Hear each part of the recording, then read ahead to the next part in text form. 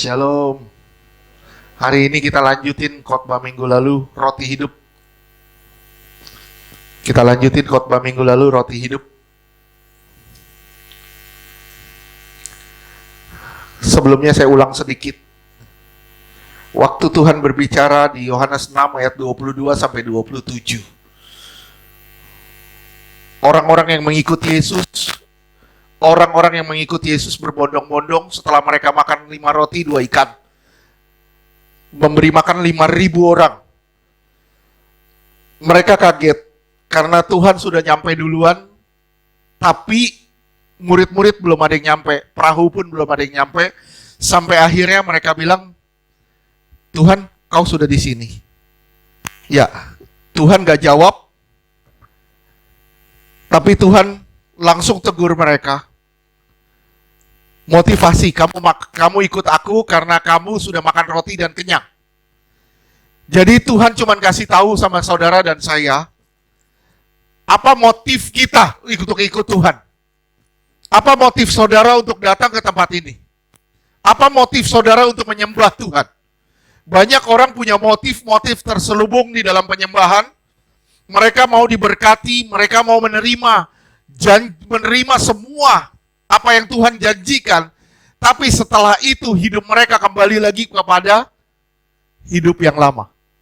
Motif nggak benar. Selama motif, selama motif saudara nggak benar,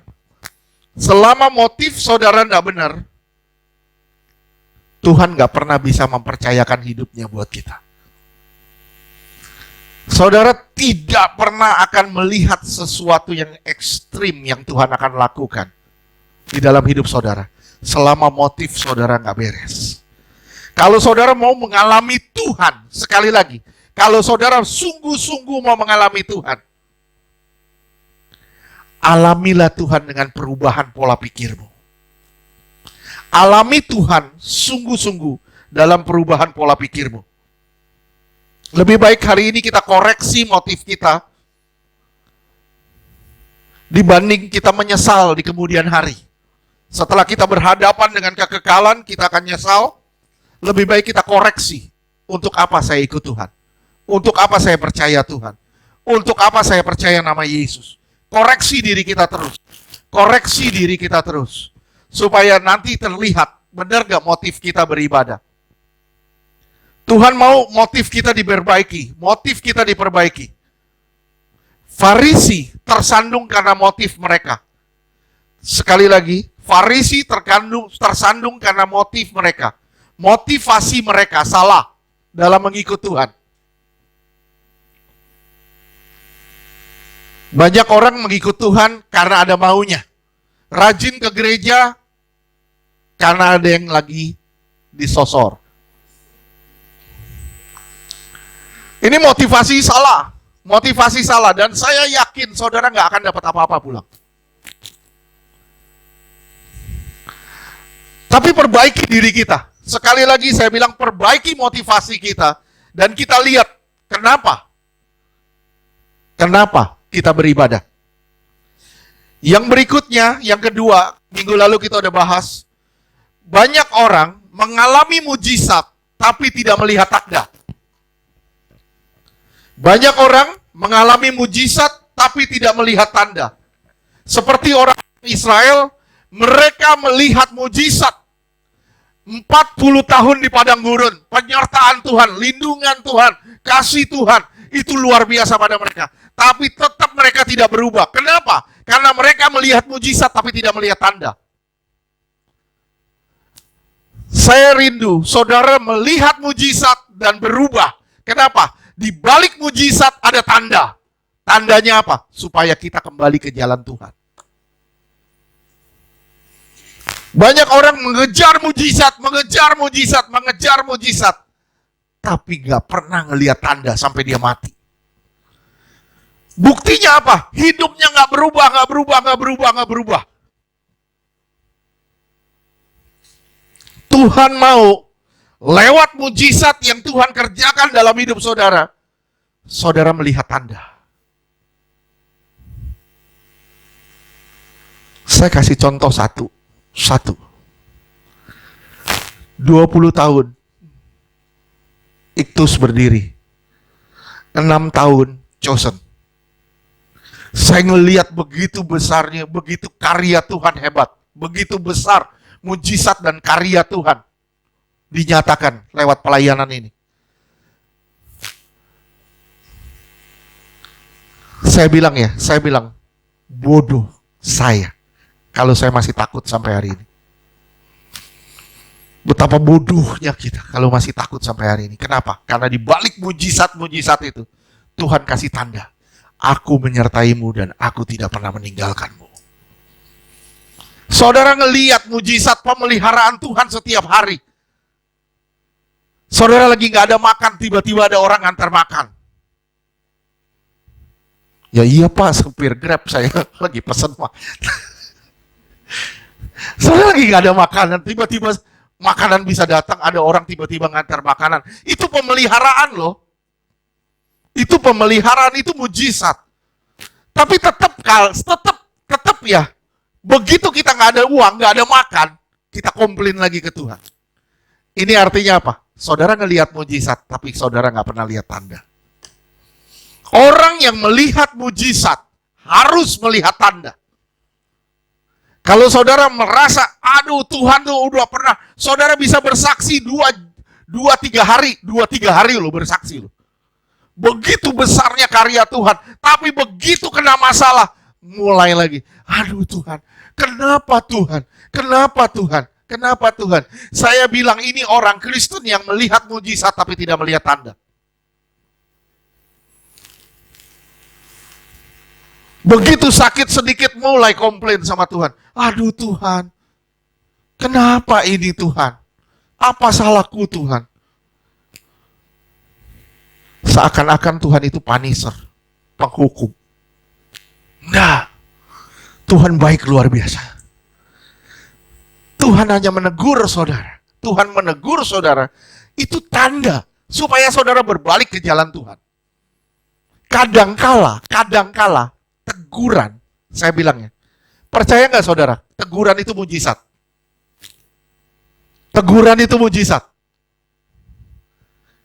Ya, jadi kalau saudara ditegur, saudara harus lihat tanda.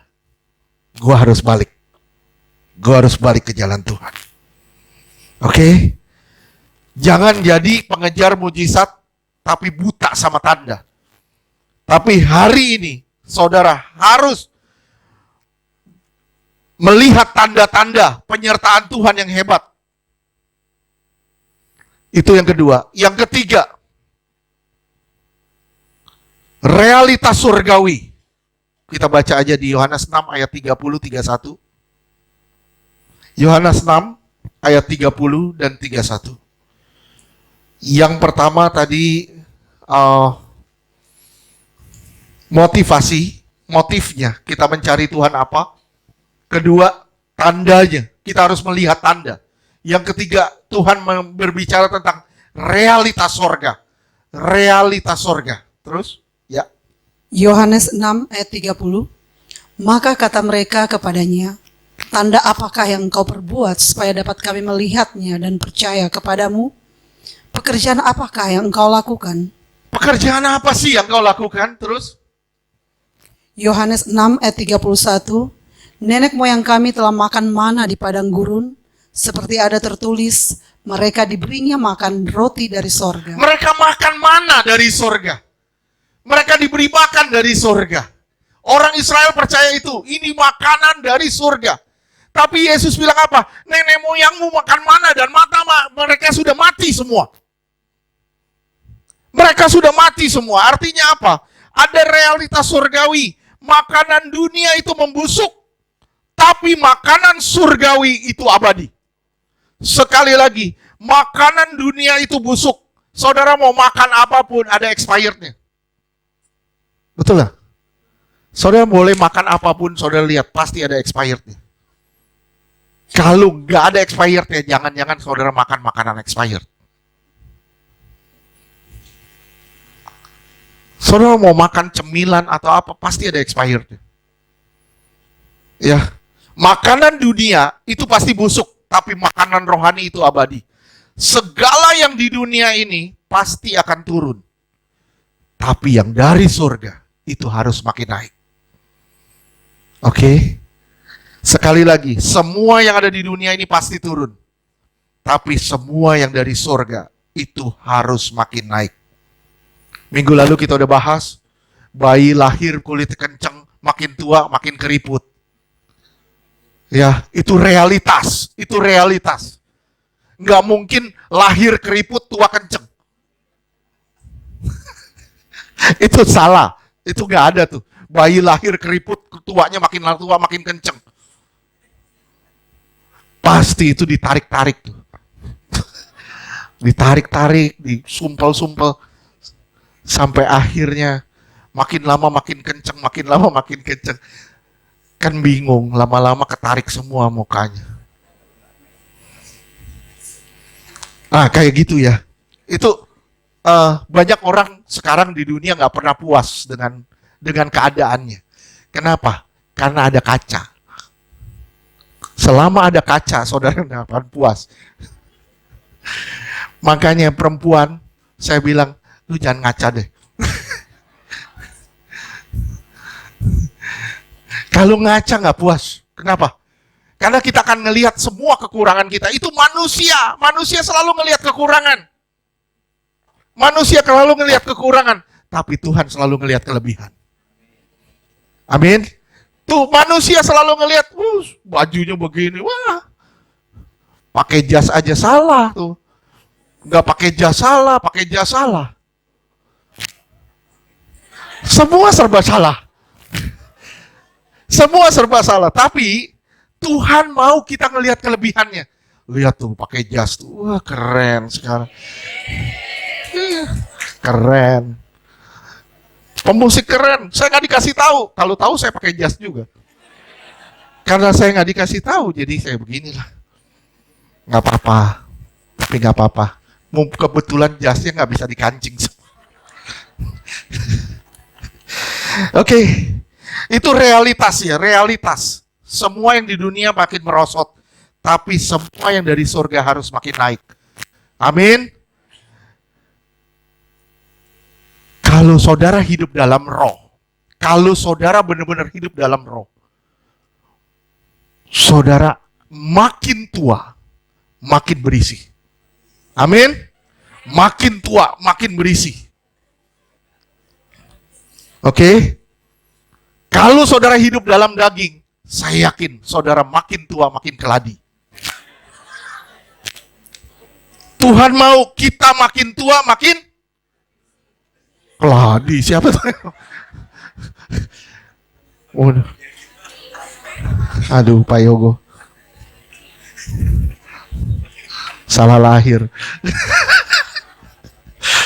Oke, kita makin tua, makin berisi.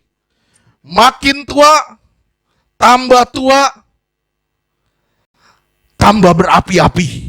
Amin. Tambah tua, tambah berapi-api. Hari ini ada yang ulang tahun, tambah, jangan bilang, panjang umur, tambah tua aja, tambah tua. Tambah tua, harus tambah berisi. Tambah tua, harus tambah berapi-api. Kalau dulu nyanyi begini, sekarang mulai naik. Pulang pegel semua. Aduh, nggak apa-apa. Yang penting Tuhan senang. Amin. Tambah semangat kita di dalam Tuhan. Tambah kuat kita di dalam Tuhan. Oke, yang dari dunia pasti akan turun. Tapi yang dari sorga harus semakin indah. Amin. Sebelum motif saudara diluruskan, saudara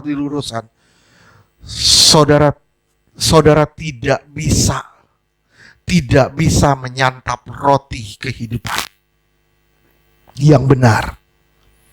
Mana hanya dapat bertahan sehari. Roti mana hanya bisa bertahan sehari. Tapi Tuhan bilang, akulah roti hidup yang bertahan sampai hidup yang kekal.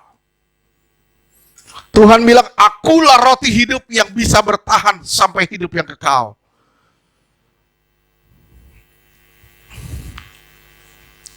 Makanan hanya bisa membawa saudara pada kuburan. Tapi makanan surgawi akan membawa saudara ke tempat kekekalan. Amin. Usahakan saudara terus makan makanan rohani itu. Jika kita makan roti dari surga, kita akan bertumbuh dalam iman ke iman yang lebih besar. Jika saudara makan roti dari surga, saudara akan bertumbuh dari iman kepada iman yang lebih besar. Saudara akan tambah tua, tambah hidup. Tambah tua, tambah hidup. Jangan tambah tua, tambah redup. Tambah tua, harus tambah hidup. Amin. Jadi yang ulang tahun mulai saat ini, ingat, refleksikan diri kita. Apakah saudara benar tambah tua, tambah hidup? Ya. Sebagaimana kita merasakan kemerosotan tubuh jasmani kita. Siapa di sini nggak pernah ngerasa kemerosotan tubuh jasmani? Saya yakin semua pernah ngerasain kemerosotan tubuh kita. Tambah hari tambah merosot. Tambah hari tambah merosot. Oke? Kita ngerasain. Kita harus juga ngerasain kebangkitan tubuh rohani kita. Paulus bilang apa? Di 1 Korintus 4 ayat 16 dan 17. 2 Korintus 4 ayat 16 17. 2 Korintus 4 ayat 16. Sebab itu kami tidak tawar hati, tetapi meskipun manusia lahiriah kami semakin merosot. Saudara lihat ya, Paulus ngerasakan kemerosotan tubuh lahiriahnya. Dia ngerasain kemerosotan tubuh lahiriahnya. Ya. Terus? Namun manusia batiniah kami dibaharui dari sehari ke sehari. Terus tapi manusia batiniahnya kita juga ngerasain terus diperbaharui, terus diperbaharui. Sekarang saya tanya sama saudara, saudara udah ngerasain belum manusia batiniah saudara yang terus diperbarui? Kenapa gak ada yang bisa jawab? Udah ngerasain belum perubahan manusia batiniah kita? Yang tambah hari tambah indah. Saudara lihat ya. Seminggu lalu, 2 minggu lalu, saudara lihat. Sekarang, ke hari ini, saudara ada kemajuan nggak? Ada kemajuan nggak? Kalau saudara nggak ngerasain, saudara harus cari Tuhan benar. Berarti saudara belum benar-benar dalam Tuhan.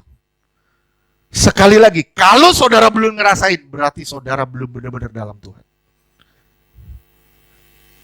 Waduh Pak, dulu saya bisa doa 2 jam, sekarang 2 menit aja pegel Pak. Wah itu kemerosotan batiniah tuh. Kemerosotan manusia rohani. Itu kemerosotan manusia rohani.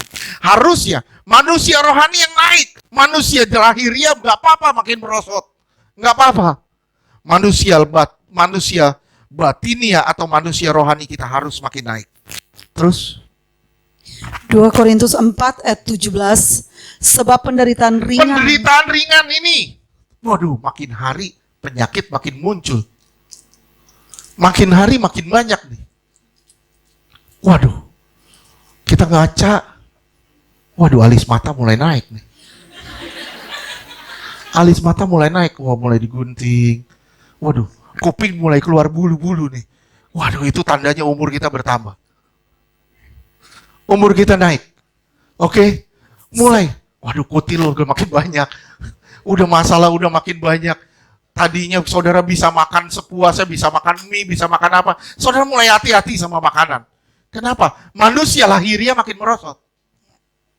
Paulus bilang di situ, penderitaan ringan sekarang ini mengerjakan bagi kami kemuliaan kekal. Kemuliaan kekal. Terus yang melebihi segala-galanya. Terus jauh lebih besar daripada penderitaan kami. Jauh lebih besar daripada apa yang kami alami saat ini.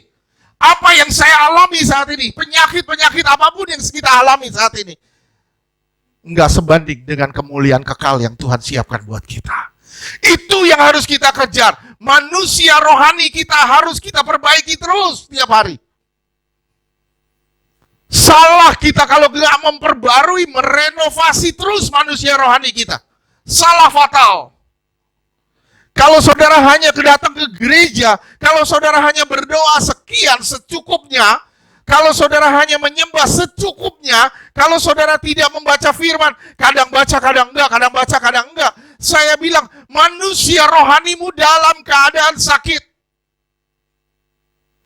Sekali lagi, manusia rohanimu dalam keadaan sakit. Dan itu bahaya. Kenapa? Karena manusia jasmani yang sakit hanya bawa kita ke 2x1. Tapi manusia rohani kita yang sakit akan membawa kita pada kematian kekal. Kita harus semangat dalam mencari Tuhan. Kita harus berapi-api dalam mengikut Tuhan. Nggak bisa lagi kita hidup sembarangan. Sekali lagi, nggak bisa lagi kita hidup sembarangan. Tambah hari kita tambah cinta Tuhan, tambah hari kita tambah dekat Tuhan. Manusia rohani kita harus makin naik, jangan makin turun. Yesaya 4 ayat 1. Yesaya 4 ayat 1. Pada waktu itu 7 orang perempuan akan memegang seorang laki-laki. 7 perempuan pegang laki-laki 1. Terus? Serta berkata, kami akan menanggung makanan dan pakaian kami sendiri. Hanya biarlah namamu diletakkan kepada nama kami. Ambillah aib yang ada pada kami. Lihat ya, ini bicara soal apa? Ini bicara soal apa? Ayo, ada yang bisa jawab gak? Ayo, Bu Wati. Ayo Bu, ada apa Bu? Ada yang bisa jawab? Nggak ada? Nih ya, perempuan ini lambang gereja. Laki-laki 1 Yesus. Tapi gereja bilang apa? Gereja bilang apa? Kami akan menanggung makanan dan pakaian kami sendiri.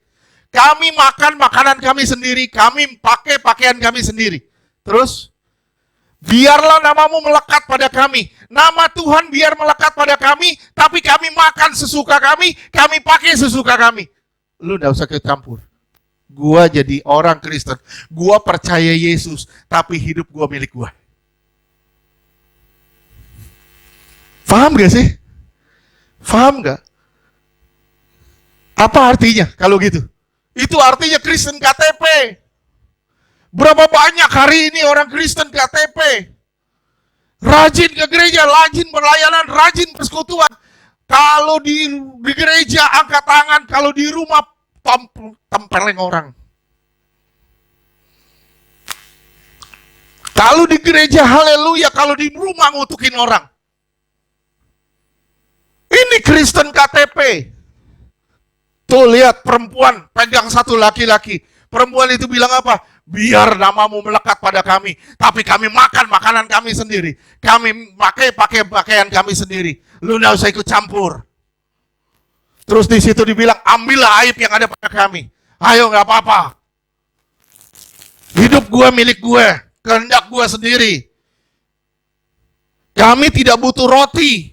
Kami tidak butuh pakaian dari Tuhan. Kami makan roti kami sendiri. Hanya namamu melekat pada saya. Nama Tuhan melekat pada saya. Oke, saya percaya Yesus. Tapi saya makan makanan sendiri. Saya pakai pakaian sendiri. Saya gak pusing dengan kehendak Tuhan. Yang saya pusing adalah kehendak saya. Saya rindu. Tidak satu pun di tempat ini jadi Kristen KTP. Amin. Sekali lagi, tidak satu pun di tempat ini jadi Kristen KTP. Saudara sudah melihat tanda, saudara sudah melihat mujizat, saudara sering kali ngalamin mujizat demi mujizat. Tapi bahaya kalau saudara nggak pernah lihat tanda sampai hari ini. Sekali lagi saya ulang, berapa banyak mujizat yang saudara sudah lihat? Setiap pagi bangun tidur, saudara udah lihat mujizat.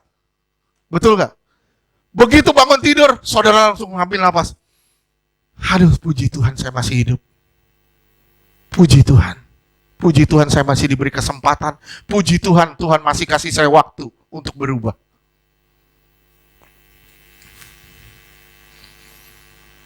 Mari sama-sama saudara kita berubah. Mari sama-sama kita perbaiki manusia rohani kita. Mari sama-sama kita hidup sesuai dengan kehendak Tuhan. Yohanes 6 ayat 32 sampai 35.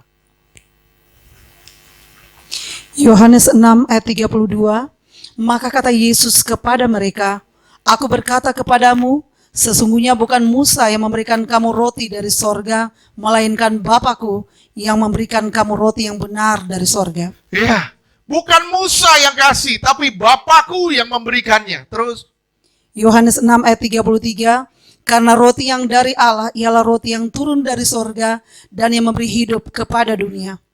roti itu memberi hidup kepada dunia. Terus, 3:34. Yohanes 6 ayat 34, maka kata mereka kepadanya, Tuhan, berikanlah kami roti itu senantiasa. Ayo berikan roti itu senantiasa. 35. Kata Yesus kepada mereka, akulah roti hidup, barang siapa datang kepadaku, ia tidak akan lapar lagi, dan barang siapa percaya kepadaku, ia tidak akan haus lagi. Nah loh, dibalik sama Tuhan.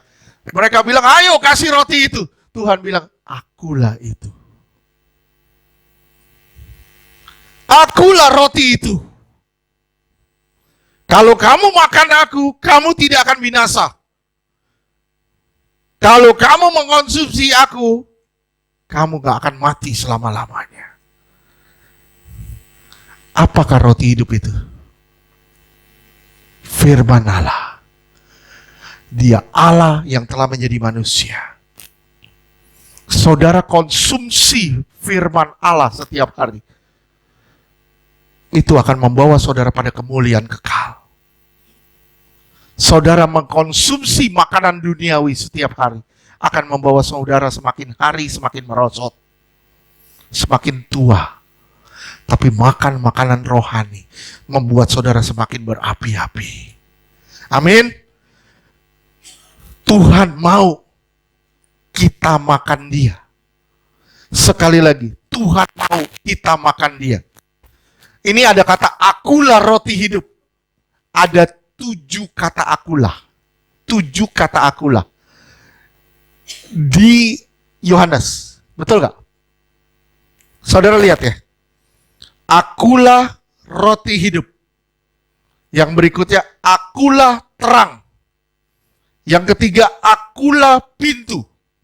Yang keempat, akulah gembala yang baik. Kelima, berikutnya, akulah kebangkitan dan hidup. Yang keenam, akulah jalan kebenaran dan kehidupan. Yang ketujuh, akulah pokok anggur. Ini 7 kata akulah yang sangat terkenal. Yang menggambarkan apa? Pernyataan mesianik yang digambarkan lewat pelayanan dan fungsinya. Sang Mesias. Sang Mesias lagi menyatakan, akulah fungsinya, aku fungsi. Aku punya fungsi sebagai pintu. Aku punya fungsi sebagai jalan kebenaran. Aku punya fungsi sebagai terang yang memberi terang kepada kegelapan. Akulah pokok anggur. Akulah dia. Pernyataan mesianik yang digambarkan dengan pelayanan dan fungsi seorang Mesias. Simak ya. Dia bukan hanya datang bawa roti. Di Yohanes sebelumnya, di kisah sebelumnya, Yesus angkat roti, 5 roti dan 2 ikan. Betul? Dia datang bawa roti. Dia bukan hanya datang bawa roti, tapi dia jadi roti. Di ayat berikutnya, Tuhan bilang, akulah roti itu. Akulah dia. Makanan orang percaya. Ini bicara tentang pesan salib.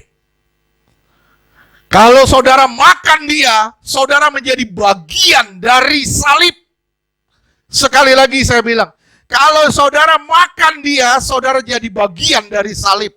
Oleh sebab itu, orang yang baca firman rutin, kalau tidak berubah, kalau tidak pernah berubah, saya meragukan, dia bukan membaca firman Tuhan. Tapi dia hanya membacanya sebagai kisah-kisah dunia. Atau dia baca firman Tuhan hanya sebagai pengisi hidupnya. Sampai sini ngerti gak? Orang yang baca ini santap ini pasti berubah. Dulu pemarah, sekarang jadi peramah. Dulu galaknya luar biasa, sekarang sabarnya luar biasa. Tapi kalau dulu galak, sekarang galak, dengan alasan Tuhan tetap sama dulu, sekarang, sampai selama. Saya bilang orang itu patut disalibkan dia. Sekali lagi ya, Tuhan mau kita makan ini, konsumsi ini. Kenapa? Karena di sini terdapat pesan salib. Begitu saudara baca ini, tidak bisa tidak, saudara sangkal diri. Sekali lagi, ketika saudara baca firman Tuhan, saudara harus sangkal diri. Banyak orang baca, tapi nggak pernah sangkal diri. Sekali lagi, banyak orang baca, tapi nggak pernah sangkal diri. Ini bahaya. Dia bukan beri kita makanan, tapi dia jadi makanan itu sendiri. Supaya kita mempunyai hidup yang kekal. Terus baca di ayat 36. Kita baca terus sampai ayat 41. Yohanes 6 ayat 36. Tetapi aku telah berkata kepadamu, sungguh pun kamu telah melihat aku, kamu tidak percaya. Sungguh kamu telah melihat aku, tetap kamu gak percaya. Ada roti di depanmu, roti yang memberi kamu kehidupan kekal, tetap kamu gak percaya. Kamu sudah baca firman, berapa banyak dari kita baca firman? Dari kecil kita sudah baca firman, tetap kamu gak percaya. Dari kecil kita utak-atik firman, terus baca firman, baca firman, baca firman. Begitu masalah datang, tetap kita gak percaya. Saya bilang, ini penyakit rohani. Lihat Tuhan bilang apa? Tetapi aku berkata kepadamu, sesungguhnya kamu telah melihat aku, kamu tidak percaya. Jangan sampai Tuhan ngomong gini sama saudara ya. Jangan sampai ya. Kamu sudah lihat aku, tapi kamu tetap gak percaya. Terus 37. Yohanes 6 ayat 37. Semua yang diberikan Bapa kepadaku akan datang kepadaku, dan barang siapa datang kepadaku, ia tidak akan kubuang. Kalau saudara datang ke Tuhan, Tuhan gak pernah buang. Amin. Kenapa saya merasa disingkirkan? Karena kamu gak pernah datang ke Dia. Kalau kamu datang, kamu gak pernah dibuang. Tuhan, saya buruk sekali Tuhan. Dosa saya kacau banget Tuhan. Kacau banget Tuhan. Kacau banget tuh, dosa saya hancur hidup saya Tuhan. Tuhan bilang, aku gak pernah buang orang berdosa. Tapi aku menunggu orang berdosa datang kepadaku. Aku gak akan buang orang-orang berdosa. Yang benar-benar mau kembali ke jalan Tuhan. Tapi aku mau dia datang kepadaku. Amin. Permasalahannya di mana? Kita merasa terlalu kotor. Kita merasa selalu, aduh gue udah rusak, gue udah gak bisa perbaikin lagi. Apa sih yang gak bisa Tuhan perbaikin? Apa yang Tuhan gak bisa perbaikin? Manusia terbatas, kita perbaikin apa-apa, udah gak bisa diperbaikin, kita buang. Kita buang, tapi Tuhan udah hancur berkeping-keping pun, Tuhan bisa kembalikin. Tuhan bisa balikin, semua Tuhan bisa perbaikin. Kenapa gak bisa diperbaikin? Cuman satu, karena kita gak pernah datang ke Tuhan. Datanglah ke Tuhan, dan Tuhan pasti perbaikin semua yang sudah rusak total sekalipun. Ingat ya, datang ke Tuhan. Terus lanjutkan. Yohanes 6 ayat 38. Sebab aku telah turun dari sorga bukan untuk melakukan kehendakku. Aku bukan untuk melakukan kehendakku. Terus? Tetapi untuk melakukan kehendak Dia yang telah mengutus aku. Aku melakukan kehendak Dia yang mengutus aku. Terus? Yohanes 6 ayat 39. Dan inilah kehendak Dia yang telah mengutus aku, yaitu supaya dari semua yang telah diberikannya kepadaku, semua yang sudah diberikan kepadaku, saudara semua termasuk saya. Terus? Jangan ada yang hilang. Tidak boleh ada yang hilang. Jangan sampai ada yang hilang. Jangan sampai ada yang hilang. Kalau sampai ada yang hilang, itu salah dewe. Salahmu sendiri. Terus? Tetapi supaya kubangkitkan pada akhir zaman. Terus?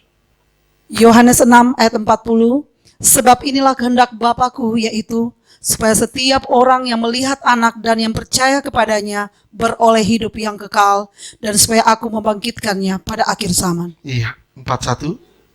Yohanes 6 ayat 41, maka bersungut-sungutlah orang Yahudi tentang dia, karena ia telah mengatakan, akulah roti yang telah turun dari sorga. Iya.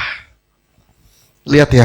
3 kali Yesus menyatakan diri sebagai makanan sejati. Oleh sebab itu harus direspon dengan iman juga yang sejati. Pernyataan ini sulit untuk dipercaya oleh orang yang mengolah firman dengan pola pikir. Kalau saudara masih mengolah firman dengan pikiran saudara, saudara nggak bakal bisa ketemu jalan keluar. Saya bilang sekali lagi, kalau saudara mengolah firman dengan ini, saudara nggak akan ketemu pemulihan.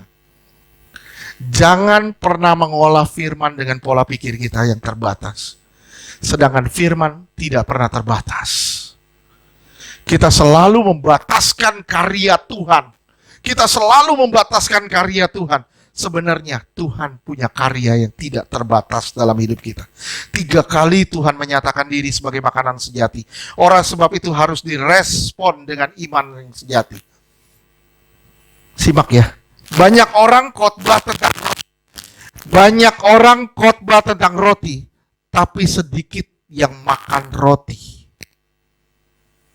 Banyak orang bisa khotbah tentang roti, tapi sedikit yang makan roti. Orang yang makan roti, hidupnya pasti berubah. Orang yang makan roti, hidupnya pasti berubah. Banyak orang punya pengetahuan tentang roti, tapi sedikit yang punya pengalaman tentang roti. Paham gak? Banyak orang tahu banyak tentang roti, tapi yang merasakan roti itu cuma sedikit. Saya rindu saudara jadi orang yang benar-benar merasakan roti itu.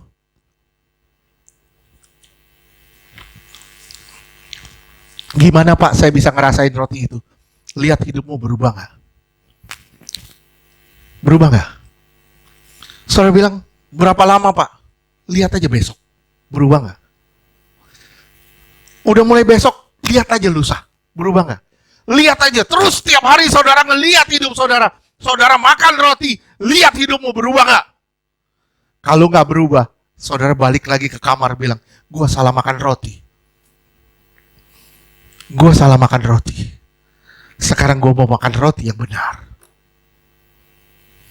Kalau saudara keluar kamar, saudara langsung marah-marah. Saya bilang, you salah makan roti. Saudara harus masuk kamar lagi, makan roti yang benar. Begitu keluar kamar, saudara langsung senyum. Lihat semua berantakan, senyum. Kenapa? Karena saya habis makan roti. Dan saya bisa jadi roti, saya kerjain semua yang berantakan. Ya, lihat ya. Banyak orang bisa khotbah tentang roti, tapi hanya sedikit yang punya pengalaman tentang roti. Banyak orang khotbah soal pengangkatan. Waduh, pengangkatan. Sorry, maaf, tapi sedikit yang punya gaya hidup yang terangkat. Sedikit sekali yang punya gaya hidup terangkat.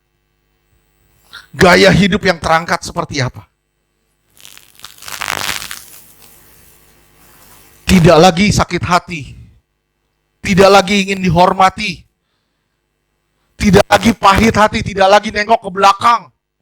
Itu gaya hidup yang terangkat. Tidak lagi suka akan dosa. Tidak lagi ingin akan dosa.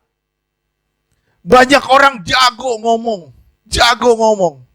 Tapi tidak bisa praktek. Seperti Yesus ngomong sama orang-orang, bilang gini, lihat tuh orang Farisi itu. Pengajarannya lu dengar. Tingkah lakunya jangan. Pengajarannya bagus, tapi tingkah lakunya, waduh parah. Itu artinya apa? Contoh gini. Saya bisa khotbah, bisa ngomong tentang Amerika. Wah, Amerika tuh gini, ada 50 negara bagian, ada Virginia, ada ini. Saya bisa ngomong tentang Amerika. Bahkan saya bisa nyanyi lagu Amerika. Lagu kebangsaannya. Saya bisa nyanyi. Maaf ya, mungkin sampai mati pun saya nggak pernah ke Amerika. Ya, kecuali nanti Juli kita retret ke Amerika nggak apa-apa.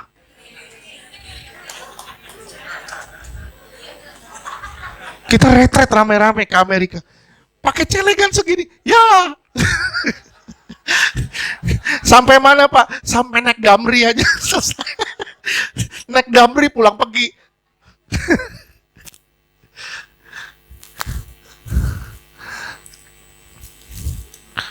Ya, banyak orang bisa. Saya seperti saya ngomong. Saya dulu, saya senang banget main basket.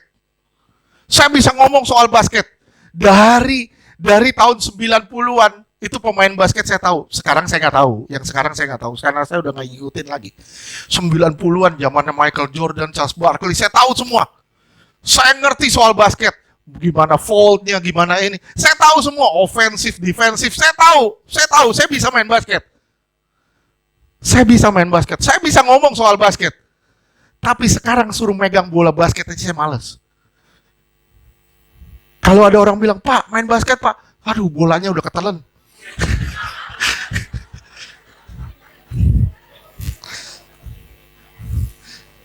Lihat ya, kita banyak bisa punya pengetahuan luas.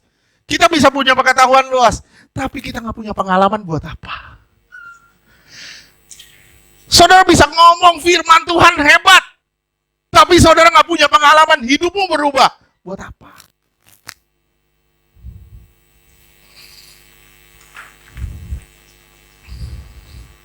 Saya bisa ngomong soal Amerika. Tapi mungkin saya cuma bisa sampai ke klaster Amerika di kota wisata. Mungkin, tapi siapa tahu kalau Tuhan izinkan. Ya, kita sama-sama pergi, semua sama-sama. Yuk kita jalan-jalan ke sana. Siapa tahu. Sama seperti kita kalau kita ngomong soal Alkitab, kita ngomong soal Alkitab. Orang nggak ngelihat isinya aja. Orang nggak ngelihat isinya di dalam Alkitab aja. Orang ngelihat isinya di dalam kita. Gimana hidup lu berbuah nggak? Berubah nggak? Kalau nggak berbuah, nggak berubah, buat apa? Orang cuma denger firman Tuhan, tapi nggak pernah ngelihat kuasa Tuhan melalui hidupmu. Waduh, itu bahaya luar biasa, saudara. Kebiasaan orang Yahudi punya kebiasaan begini. Saya makan sayur jadi saya. Itu kepercayaan mereka. Saya makan sayur jadi saya. Pak Yogo makan sayur jadi Pak Yogo. Itu tradisi orang Yahudi memang begitu. Saya makan sapi jadi saya. Emang gitu, boleh silakan ketawa. Tapi memang begitu, itu kenyataan, faktanya. Makanya orang-orang Yahudi ada binatang-binatang yang nggak boleh dijamah. Kenapa? Karena mereka bilang najis. Kenapa? Nggak bisa dong jadi dia. Di binatang itu jadi dia. Nggak bisa. Saya nggak boleh makan anjing misalnya. Anjing. Kenapa? Karena anjing akan jadi saya. Nggak bisa. Kenapa? Anjing najis katanya, nggak bisa. Oleh sebab itu, jangan makan anjing. Anjing tuh dipiara, bukan dimakan. Ya, jadi ini tradisi orang Yahudi punya tradisi gitu. Tapi begitu roti ini dibalik sama Tuhan. Kalau makan daging jadi saya. Tapi begitu kita makan roti,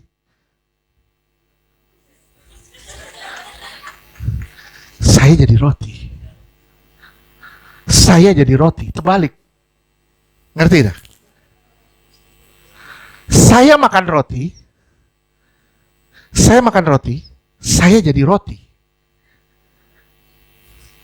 Saya makan roti, saya jadi roti.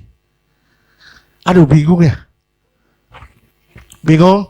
Ini tradisi orang Yahudi, kalau saya makan daging sapi, sapi jadi saya. Oke. Saya jadi sapi, enak aja. Sapi jadi saya, karena sapi jadi bagian dari hidup saya, gitu. Ngerti ya? Tapi begitu saya makan roti ini, saya jadi roti. Begitu saya makan roti itu, saya juga jadi roti yang terpecah-pecah. Kalau saudara nggak jadi roti yang terpecah-pecah, saudara nggak ada pengorbanan bagi sesama, saudara nggak ada pelayanan bagi sesama, nggak jadi roti yang terpecah-pecah, saya bilang sama saudara, saudara makan roti yang salah. Udah ngerti belum sih? Ngerti? Kalau belum, kita selesaikan di depan tak.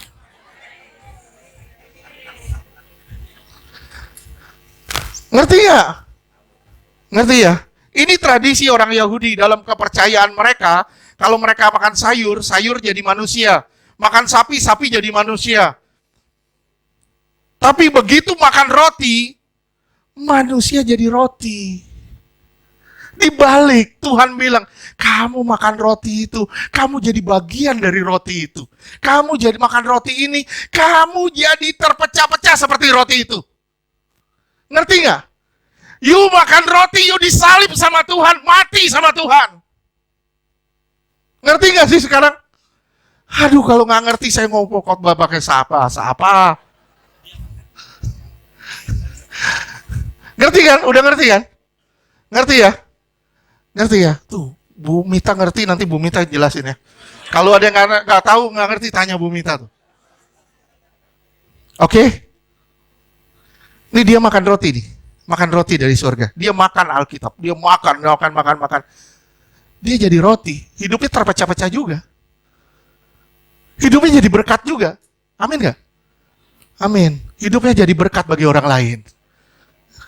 Itu artinya Tuhan balik semuanya. Ketika saya makan roti, saya jadi roti. Kita rela berkorban bagi sesama. Jadi kita makan roti hidup, kita pasti punya kepuasan batin yang buat kita bisa bersyukur dalam segala kondisi. Bisa membuat kita bersyukur dalam segala kondisi. Kenapa? Karena kita sudah jadi roti. Saya bilang sama saudara, sekali lagi saya bilang, saudara sudah pernah baca Alkitab ya? Pernah baca Alkitab nggak? Rajin baca Alkitab nggak? Berubah nggak? Berubah nggak? Jadi apa?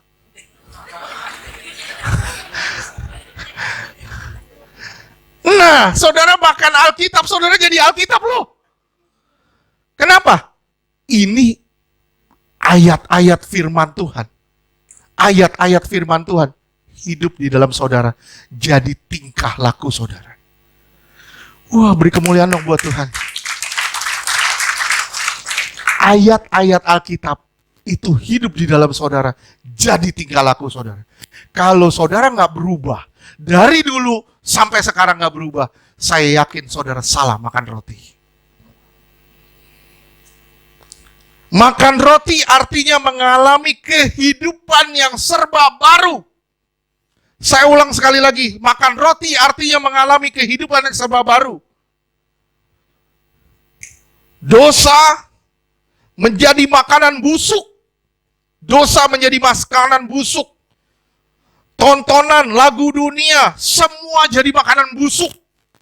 Berapa banyak dari kita, begitu kita mau dengar lagu-lagu dunia, kita mulai gak ada selera ke situ. Saya bilang, kalau saudara masih selera ke situ, jangan-jangan saudara salah makan roti. Kalau saudara masih selera sama yang duniawi, jangan-jangan saudara salah makan roti. 5.000 orang ikut mundur semua. Karena mereka mau makan roti dunia, bukan roti hidup. Ingat, kamu makan roti bukan roti biasa. Tapi roti yang membuat kamu jadi roti-roti juga yang terpecah bagi sesama. Inilah orang-orang benar yang sudah makan roti dengan benar. Kalau saudara nggak pernah terpecah jadi berkat bagi orang lain, saya bilang, jangan-jangan kamu salah makan roti. Ayat 27, kita kembali ke ayat 27.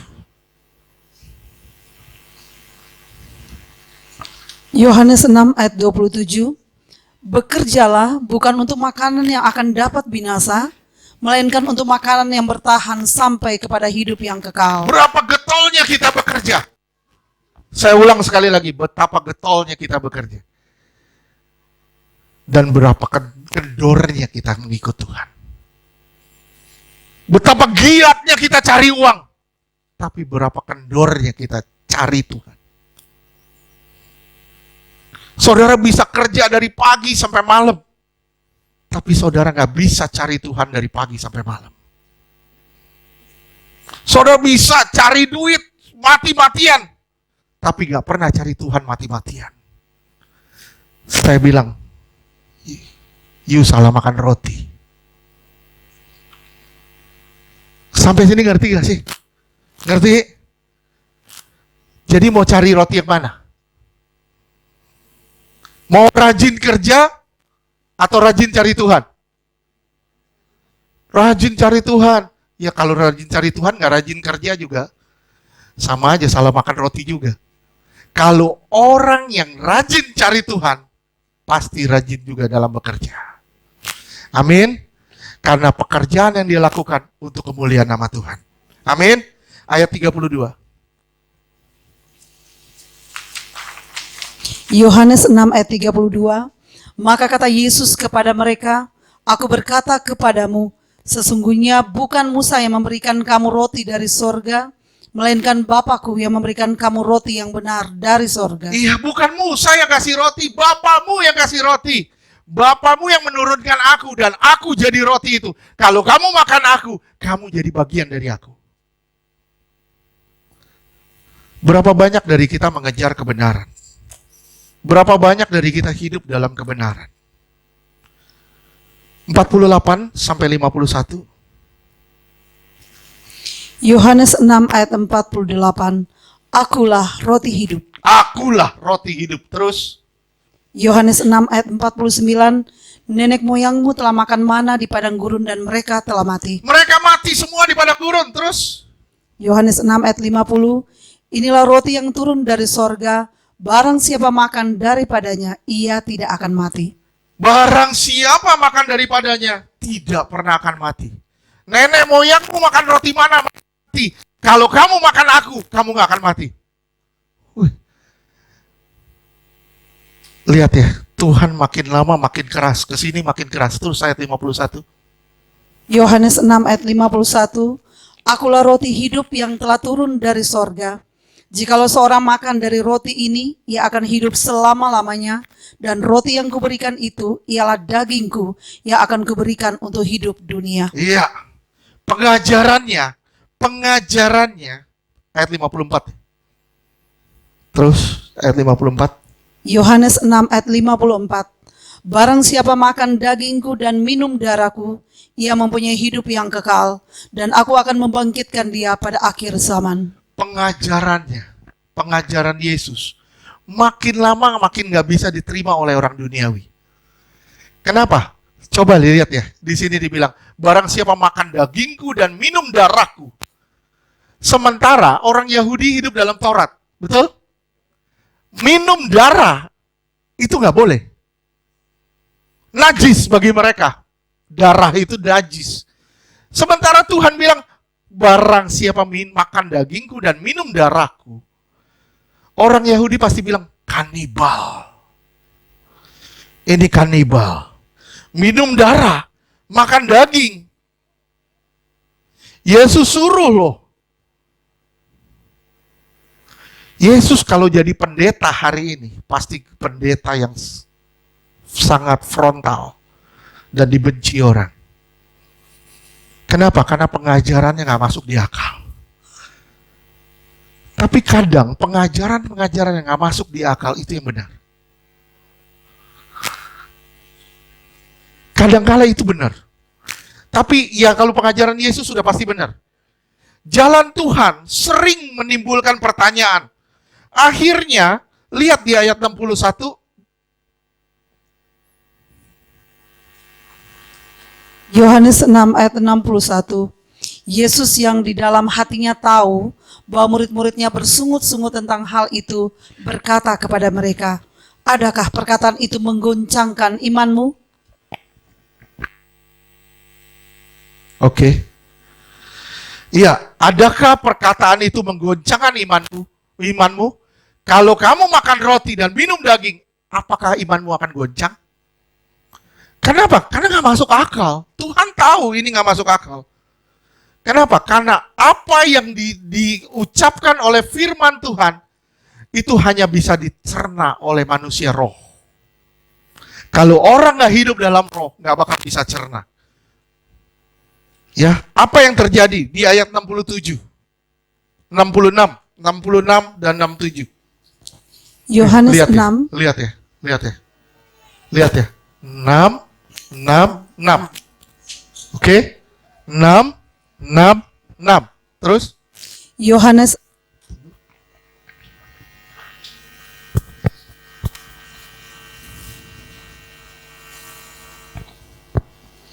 Yohanes 6 ayat 66. Mulai dari waktu itu banyak murid-muridnya mengundurkan diri dan tidak lagi mengikut dia. Iya, banyak orang ngundurin diri nggak ikut dia. Kenapa? Karena pengajarannya aneh. Bagi manusia pengajarannya aneh. Dan firman Tuhan bilang perkataannya terlalu keras. Firman Tuhan diterjemahkan di sini perkataannya itu terlalu keras. Berapa banyak orang tersinggung ketika dengar firman? Berapa banyak orang kabur karena dengar firman? Kenapa? Karena dia daging. Manusia daging gak bisa mencerna perkataan roh. Manusia daging gak bisa ditegur. Manusia daging pasti akan menolak teguh. Terus ayat 67. Yohanes 6 ayat 67. Maka kata Yesus kepada ke-12 muridnya. Kepada 12 muridnya. Ring satunya. Tuhan bilang apa? Apakah kamu tidak mau pergi juga? Iya. Kamu mau pergi juga? Pergi aja, nggak apa-apa. Di sini terlihat Tuhan tidak mencari audiens. Tuhan cari follower. Sekali lagi, Tuhan tidak cari audiens. Orang yang mendengar firman. Tapi Tuhan mau cari orang yang melakukan firman. Tuhan cari follower-follower yang siap menjadi pelaku-pelaku firman.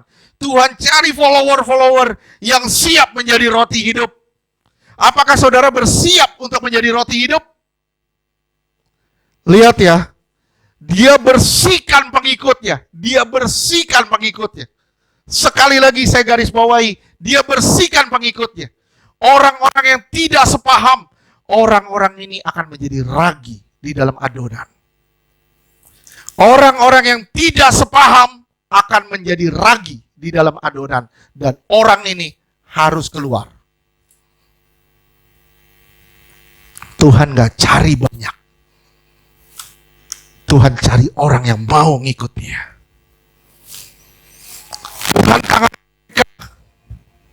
Tuhan tangani mereka.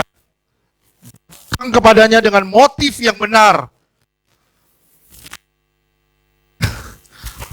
Tuhan tidak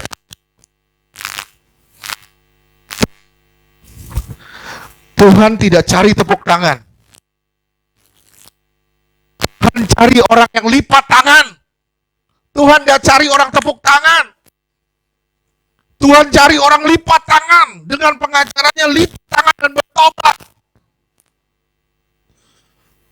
Tuhan tidak cari orang yang pandai khotbah, tapi Tuhan orang yang mengubah khotbah menjadi perbuatan dan tingkah lakunya.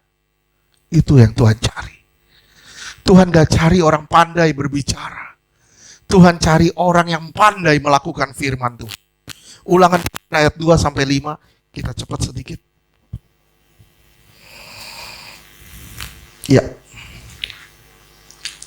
Ulangan 8 ayat 5. Ayat 2. Ulangan pasal 8 ayat 2. Ingatlah kepada seluruh perjalanan yang kau lakukan atas kehendak Tuhan Allahmu di padang gurun selama 40 tahun ini dengan maksud merendahkan hatimu dan mencobai engkau. Lihat ya, 40 tahun yang semestinya jalannya cuma 11 hari. 11 bulan. Perjalanan cuma 11 bulan. Diputar sama Tuhan 40 tahun. Tujuannya apa? Melatih pendidik. Saudara kalau mau lulus SD, nggak perlu 6 tahun. Saudara 2 tahun aja. Saudara bisa lulus SD kok. Asal saudara mau belajar. Betul lah? Bisa, bisa. Tapi kalau saudara sampai 6 tahun, saudara dilatih di situ.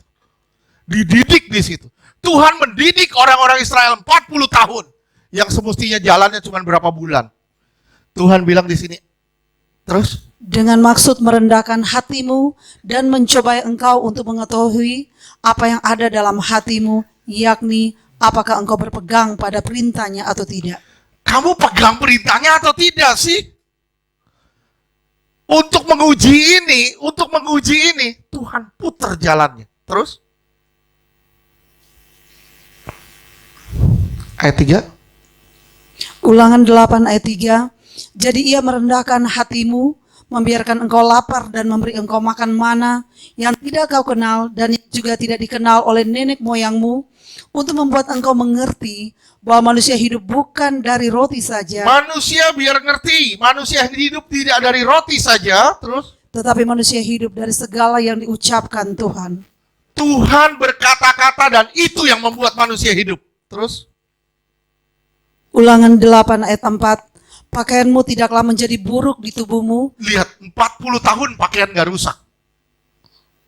Di sini kan yang pakaiannya udah 40 tahun umurnya. Gak rusak. Punya gak saudara sepatu 40 tahun gak rusak sampai hari ini?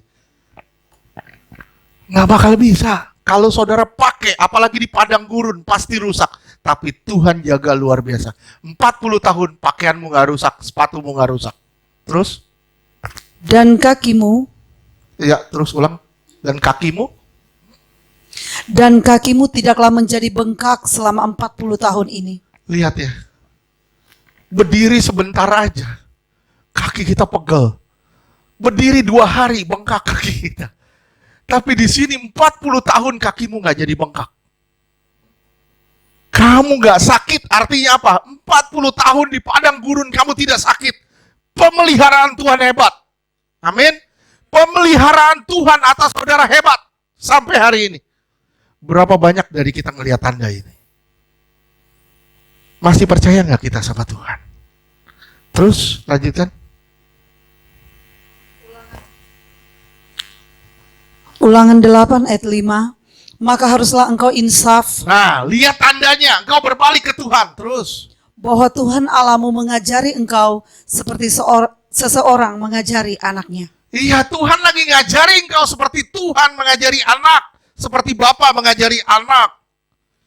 Orang Israel lewat Mesir, mereka bawa harta banyak. Keluar dari Mesir, mereka bawa harta banyak. Mereka lewat padang gurun. Mereka nggak lewat jalan pertokoan. Kalau mereka lewat jalan pertokoan, mereka habisin hartanya untuk shopping.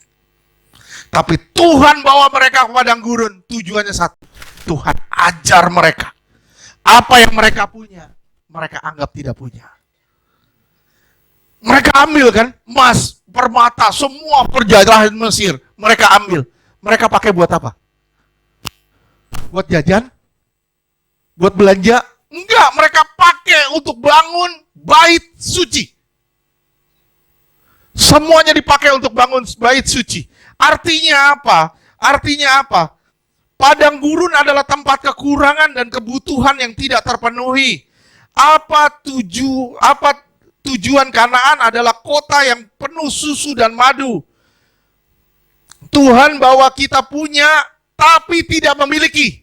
Sekali lagi, Tuhan bawa saudara punya, tapi tidak boleh memiliki. Kalau saudara merasa punya dan merasa memiliki, saudara akan jadi orang Kristen pelit. pelit luar biasa. Kenapa? Karena saudara merasa milik gue.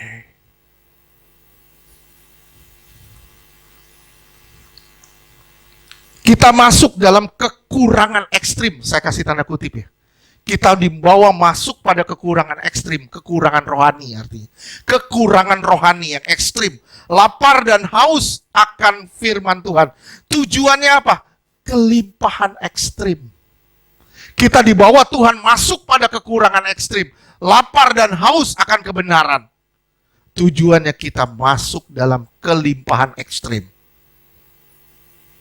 Kalau saudara punya kekurangan ekstrim akan kebenaran, saudara akan mengalami kelimpahan ekstrim.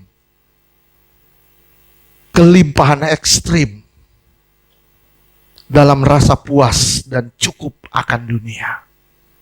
Berapa banyak kita merasa puas dan cukup akan dunia? Pengabdian kita tidak bergantung pada hal-hal ekonomi. Pengabdian saudara sama Tuhan tidak bergantung pada hal-hal ekonomi. Kita tidak hidup dari roti, tapi kita hidup dari firman Allah. Jangan pernah merasa saya tidak bisa hidup tanpa nasi, tapi bilang saya tidak bisa hidup tanpa firman satu hari. Kalau saudara bisa hidup tanpa firman satu hari, berarti saudara bisa hidup tanpa firman satu minggu. Tapi kalau saudara nggak bisa hidup tanpa firman satu hari, saudara sampai kapanpun saudara nggak bisa hidup tanpa firman. Dan saudara akan gali terus firman Tuhan. Dan firman itu akan menjadikan saudara bagian daripadanya. Dan saudara juga menjadi roti yang terpecah, anggur yang tercurah. Ayub 23 ayat 12.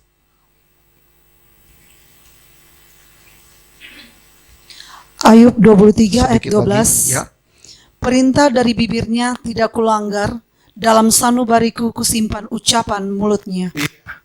Ini bahasa ini ya, lihat bahasa Inggrisnya.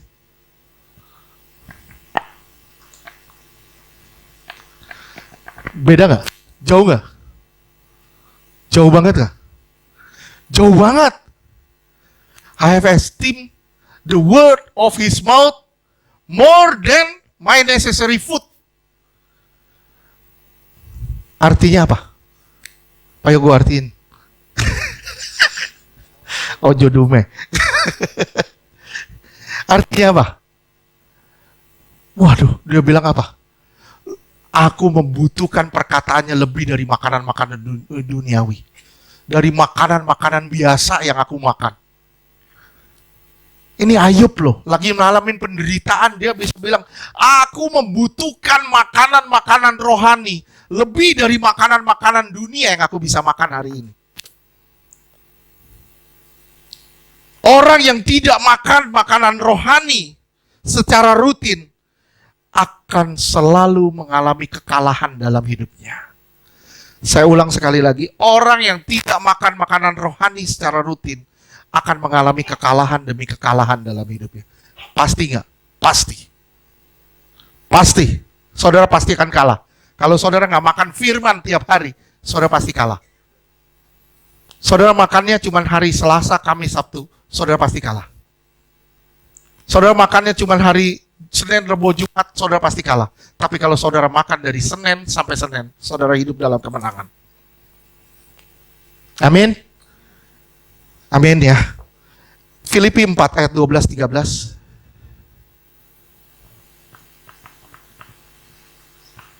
Filipi 4 ayat 12. Aku tahu apa itu kekurangan dan aku tahu apa itu kelimpahan. Aku tahu loh kekurangan itu apa. Aku pernah ngalamin kekurangan dan aku pernah ngalamin kelimpahan. Terus? Dalam segala hal dan dalam segala perkara, tidak ada sesuatu yang merupakan rahasia bagiku. Kamu tahu kok aku pernah kaya, aku susah. Terus? Baik dalam hal kenyang maupun dalam hal kelaparan, baik dalam hal kelimpahan maupun dalam hal kekurangan. 13. Filipi 4 ayat 13, segala perkara dapat kutanggung di dalam Dia yang memberi kekuatan kepadaku. Hebat lah. Saya cuma bilang, saya terjemah begini. Apapun keadaanku, pelayanan kepada Tuhan tidak boleh goyah. Apapun keadaanku, pekerjaan Tuhan tidak boleh aku lalaikan. Apapun keadaanku, aku tetap melayani Tuhan. Apapun keadaanku, aku tetap setia sama Tuhan. Berani gak saudara sampai ke tingkat ini? Kalau saudara makan roti benar, saudara pasti sampai ke tingkat ini. Ayat 66 sampai 70. 66 sampai 70. Yohanes 6. Terakhir sebagai penutup. Aduh, ini ayat jangan 66 dah, 68. Yohanes 6 ayat 68. 67 deh. Sorry, 67. Yohanes 6 ayat 67. Maka kata Yesus kepada ke-12 muridnya, apakah kamu tidak mau pergi juga? Ini ayat 68. Oke. Yohanes 6 ayat 68. Jawab Simon Petrus kepadanya, ini sangat menggedor hati saya. Terus, Tuhan, kepada siapakah kami akan pergi? aku seperti yatim piatu, Tuhan, aku nggak tahu pergi kemana. Saudara pernah ngalamin mentok gak dalam kasus? Masalah apapun saudara ngalamin, gak ada jalan keluar. Saudara mau ninggalin Tuhan gak? Petrus bilang gini, Tuhan, aku gak tahu lagi lari kemana. Aku gak bisa lagi pergi dari Engkau. Aku butuh Engkau. Aku gak bisa hidup tanpa Engkau. Berani gak kita sampai ke tingkat itu? 69. Yohanes 6 ayat 69. Dan kami telah percaya dan tahu bahwa Engkau adalah yang kudus dari Allah. Aduh, aku percaya, aku telah melihat mujizat dan aku telah mengenali tanda-tandanya. Aku nggak bisa hidup tanpa Engkau. Aku nggak tahu lagi lari kemana. Kenapa? Karena aku cuma punya Engkau, Tuhan. Aku nggak punya siapa-siapa lagi. Itu yang saya bilang ya. Kita harus punya hati seperti seorang gadis yang menanti pasangannya. Kita harus punya hati seorang janda di mana kita membutuhkan Tuhan. Pasanganku telah diambil. Aku telah kehilangan pasanganku. Sekarang waktunya aku meratap di dunia ini. Aku cuma punya Engkau, Tuhan. Aku gak punya siapa-siapa. Walaupun semua orang kita punya, orang-orang baik sama kita, tetap Tuhan itu satu-satunya milik kita. Berani gak saudara sampai ke tingkat ini? Kalau saudara makan roti yang benar, saudara makan yang roti yang benar, saudara pasti sampai ke tingkat itu. Pasti. Terus 70. Yohanes 6 ayat 70. Jawab Yesus kepada mereka, bukankah aku sendiri yang telah memilih kamu yang 12 ini? Namun seorang di antaramu adalah iblis. Iya. Ini kagak enak terakhir. Tuhan telah memilih kita, tapi kita jangan jadi bagian dari kejahatan. Sekali lagi, saudara telah dipilih Tuhan. Jangan sampai saudara jadi bagian dari kejahatan. Apapun yang terjadi dalam hidupku, tidak pernah menyurutkanku untuk melayani Tuhan. Apapun yang terjadi dalam hidupku, aku tetap cinta Tuhan. Kenapa? Aku gak bisa lari kemana-mana lagi. Tuhan telah mengepung hidupku. Tuhan telah mengepung hidupku. Dan aku mencintai Tuhan setengah mati. Amin. Beri kemuliaan buat Tuhan. Tuhan berkati saudara semua.